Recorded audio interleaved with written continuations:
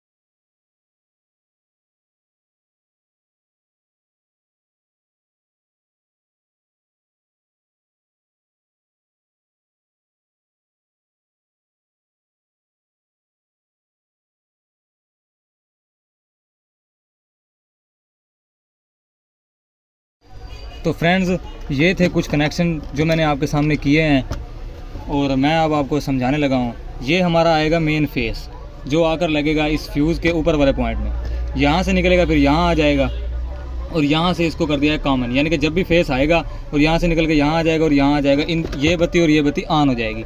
ठीक हो गया। और ये इसको और इसको हमने मिलाकर न्यूट्रल बाहर निकाल दी। बहुत ही सिंपल से कनेक्शन है। अगर इस फ्यूज़ को निकालेंगे ना दोस्तों, तो यहाँ भी बिजली ख़त्म और यहाँ भी बिजली ख़त्म हो जाएगी। अगर फ्यूज़ लगा पड़ा है, इसको बंद कर दिया तब भी इसमें फेस होगा। हमारा मेन मकसद होगा इसको निकालना, इसको फ्यूज़ को फ्यूज़ निकालेंगे तो मेन ख़त्म होगी। तो ये थी हमारी आज की वीडियो, जिसमें हमने आपको ये मेन जो बोर्ड है, जो भी कह लें आप इसे, इसको समझाने का तरीका बताया है। इसके कनेक्शन आपको मैंने करके दिखाए हैं, जो कि बहुत ही ईजी हैं। तो मिलते हैं किसी और वीडियो में, तब तक के लिए अल्लाह हाफ़िज़।